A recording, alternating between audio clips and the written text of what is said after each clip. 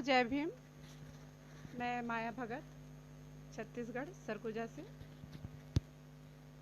जिलाध्यक्ष। आज का विषय है छत्तीसगढ़ की वर्तमान स्थिति में युवाओं की भूमिका, या फिर देख सकते हैं हम कि पूरे भारत में युवाओं की क्या भूमिका हो सकती है। जैसा कि हम जानते हैं, वर्तमान की स्थिति से कोई भी संतुष्ट नहीं रहता है, चाहे बुजुर्ग हो चाहे युवा हो। सभी वर्तमान में पिछले जो होता है उससे और अब की तुलना करने लगते हैं कि नहीं, पहले जो हुआ था वो अच्छा था, आज जो हो रहा है खराब हो रहा है। इस तरीके से हम युवाओं और बुजुर्गों में हमेशा मतभेद होता रहा है, जिसके कारण से हम आपसी सामंजस्य नहीं बना पाते हैं। युवा बगावत के लिए आगे आता है, पर बुजुर्ग शांत रहता है और वो अपने अनुभव के आधार पर काम करते रहते हैं। जबकि आज हमारे समाज में सबसे ज़्यादा युवाओं की भूमिका बहुत ही महत्वपूर्ण है। अगर हम देश की सुरक्षा की बात करें तो युवाओं की ही भर्ती होती है सेना में, और भी विभागों में देखेंगे तो वहाँ भी हम देख रहे हैं युवाओं की ही भर्ती होती है, और एक उम्र के बाद उनकी रिटायरमेंट कर दी जाती है। इसका कारण क्या है कि हम युवाओं में जोश होता है, जुनून होता है, ताकत होती है, हर वो काम करने की जज्बा होती है। लेकिन हर काम करने में जब हमारे युवा सक्षम हैं तो फिर राजनीति में क्यों नहीं आना चाहते। और हम शिकायत करते रहते हैं कि राजनीति में बैठे हुए नेता ऐसे कर रहे हैं, वैसे कर रहे हैं, ऐसा होना चाहिए, वैसा होना चाहिए। तो हमें भी राजनीति में बढ़ चढ़ के भाग लेना आज के समय में बहुत ज़रूरी है। बाबा साहब अम्बेडकर ने कहा था, शिक्षित बनो, संगठित रहो और संघर्ष करो। पर आज मनुवादी व्यवस्था की वजह से सबसे पहले हमारी शिक्षा के ऊपर मनुवादी व्यवस्था की वजह से सबसे पहले हमारी शिक्षा को कमज़ोर किया गया। आज जो शिक्षा व्यवस्था है सिर्फ और सिर्फ हमको साक्षर जी। तो मैं कह रही थी कि हमारे युवा राजनीति में नहीं आ रहे हैं। इसका मेन कारण मैं आज की शिक्षा व्यवस्था को मानती हूँ। हमारा जो शिक्षा व्यवस्था है हमारे लोगों को अक्षर बनाने का काम कर रही है और नौकरी देने का काम कर रही है। हमारे जो युवा हैं ज़्यादा से ज़्यादा पढ़ लिख के नौकरी प्राप्त करना चाहते हैं, और नौकरी करने के बाद वो अपने घर परिवार में ही खुश रहते हैं। समाज से उनका कोई लेना देना नहीं होता है। हेलो। हमारी शिक्षा व्यवस्था इतनी दयनीय है कि हमारे लोग सिर्फ नौकरी करके अपने घर परिवार में ही संतुष्ट रह रहे हैं। दूसरा, संगठित बनो। बाबा साहब ने कहा था संगठित हो। संगठन के नाम पे आज हमारे समाज के लोग अपने अपने जाति और समाज का इतने सारे संगठन बना लिए हैं कि आपस में मतभेद हो गया है। लोग दूरी बना के रखते हैं, मेरा जाति, मेरा जाति, मेरा संगठन, मेरा, कोई भी एक नहीं हो पा रहा है। तो बात रही तीसरी, संघर्ष करो। संघर्ष कैसे होगा? हम आपस में ही इसी तरीके से लड़ते रहेंगे, झगड़ते रहेंगे, कभी भी हम अपने लक्ष्य को प्राप्त नहीं कर पाएंगे, और ना ही हम बाबा साहब के सपनों को पूरा कर पाएंगे। बाबा साहब ने कहा था कि आप शिक्षित बनो और ज़्यादा से ज़्यादा संख्या में विधानसभा और लोकसभा में आप लोग चुन के जाओ, पर ऐसा नहीं हो पा रहा है। इसका कारण हम अपने समाज को देंगे,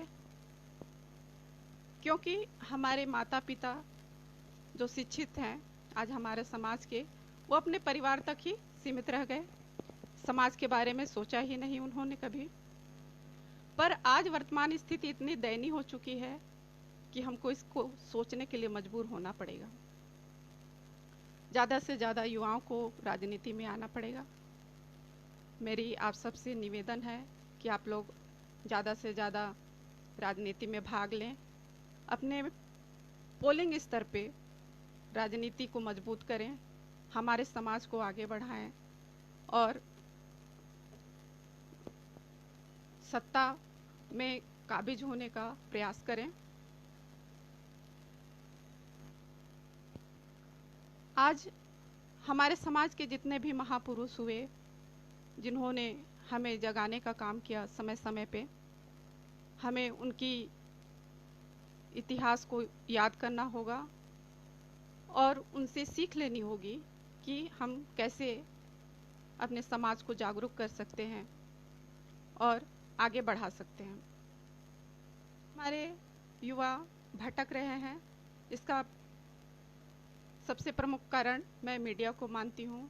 मीडिया हमें जो कुछ दिखाती है हम उसको सच मान बैठते हैं। हम में तर्क करने की बिल्कुल भी क्षमता नहीं बची है। हमारे व्हाट्सएप या फेसबुक में जो भी मैसेज आते हैं हम उसको बिना सोचे समझे फॉरवर्ड करते चले जाते हैं। उसकी सत्यता को कभी जांचने या परखने की कभी कोशिश भी नहीं करते हैं। इस तरीके से हम देखते हैं कि जाने अनजाने ही हम जो दुष्प्रचार हमारे समाज का हो रहा है या हमारी बहुजन समाज पार्टी के बारे में लोग बोलते हैं, उसके बारे में लोग विश्वास करते चले जाते हैं और बहुजन समाज को कमज़ोर करने की कोशिश करते हैं। हम लोगों को ईश्वर ने बुद्धि दिया है, हमको इस पे सोचना चाहिए, विचार करना चाहिए कि ये आखिर क्या है, इसके तथ्य को गहराई से समझना चाहिए, तब जाके हम उसके ऊपर कुछ निर्णय लें और फिर उसको किसी और से उसको शेयर करें। हम लोग अपना खाली समय मोबाइल, टीवी और फेसबुक में समय बर्बाद कर रहे हैं।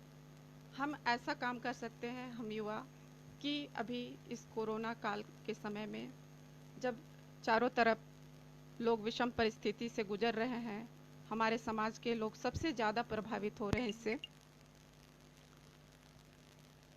हमें चाहिए कि हम उनके बीच जाएं, उनकी तकलीफ़ों को सुने और उनकी मदद करने की प्रयास करें। ये जो कोरोना का संकट है, ये इससे हमको सीख भी मिलनी चाहिए कि हम लोग जो अनायास ही अंधाधुंध आधुनिकीकरण की ओर भाग रहे थे, उसमें हमारा कोई भविष्य नहीं है। आज हमारे जो समाज के लोग दिल्ली, मुंबई जैसे महानगरों में गए हुए थे, गांव तक पहुंचने के लिए साधन नहीं थे, फिर भी वो अपने जोश और जुनून और जज्बा के साथ अपने गांव आए। अब उन्हें क्या करना चाहिए? क्या उन्हें वापस महानगरों की ओर वापस जाना चाहिए या अपने ही गांव पे अपने ही लोगों के बीच में रह के अपने समाज को मजबूत करना चाहिए? हमें भी अपने स्वरोजगार को मजबूत करके एक संगठन तैयार करना पड़ेगा और जो छोटे छोटे हमारे गांव के कारीगर हैं, उनके कामों को बढ़ावा देना पड़ेगा, उनको एक बाजार देनी पड़ेगी। ये सब काम हमारे युवा कर सकते हैं, बस उनमें थोड़ा करने का जज्बा होना चाहिए। हमारे गांव में ही बहुत सारे काम हैं। मैं खुद एक ग्रामीण क्षेत्र से हूँ। सरगुजा बहुत ही हमारा ग्रामीण क्षेत्र है, पिछड़ा क्षेत्र है छत्तीसगढ़ के एरिया में। यहाँ बहुत सारे संसाधन उपलब्ध हैं गांव में। अगर हम उसका सही सदुपयोग करें तो हम गांव पे ही अपनी सारी आजीविका के साधन जुटा सकते हैं। हमारे युवाओं को मैं एक बात और कहना चाहूँगी कि शिक्षा के साथ साथ हमें जागरूकता की भी ज़रूरत है। शिक्षा हमें साक्षर होने के लिए ज़रूरत है, पर जागरूकता हमें तर्क करने के लिए सिखाता है।